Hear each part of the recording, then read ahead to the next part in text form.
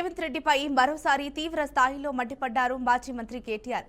నిజంగా కేసీఆర్ నిజమైన నిఖాసైన నాయకుడని అన్నారు. తన కొడుకునని చెప్పేందుకు ధైర్యంగా ఉందన్నారు. అలాగే రేవంత్ రెడ్డి కూడా అలానే ఉండాలన్నారు. తన మనవడు తన తాత రేవంత్ పేరు గొప్పగా చెప్పుకునేలా పనులుండాలని ఎద్దేవా చేశారు. నేనట మా అయ్య పేరు చెప్పుకొని బతుకుతున్నా అంట. అవు మా అయ్య గొప్పోడు, మా అయ్య తెలంగాణ తెచ్చిన మొగోడు మునగాడు బరాబర్ చెప్పుకుంటా. తప్పేమున్నది? మా అయ్య పేరు నేను కాకపోతే ఎవడు చెప్పుకుంటా, నాకు అర్థం కాదు.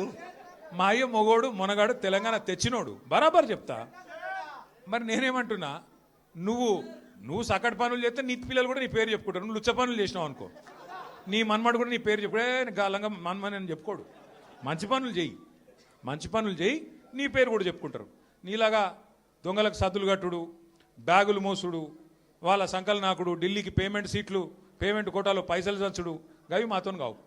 కొట్లాడతాం, మొగాళ్ళలాగా కొట్లాడతాం, మునగాళ్ళలాగానే బతుకుతాం, తెలంగాణ పౌరుషంతో బతుకుతాం. నీలాగా బతుకం, ఢిల్లీకి గులాములక్క మాత్రం బతుకం. ఢిల్లీకి సంచులు మోసుకుంటా, ఢిల్లీలో పోయి బీజేపీలతో రాసుకొని పోసుకొని తిరుక్కుంటా, జడ్జీల కాళ్ళు పట్టుకుంటా, అయ్యో నన్ను కేసుల లోపల నుక్కకుర్రి అని చెప్పి డైవులు కొట్టుకుంటా గా బతుకు అవసరం లేదు.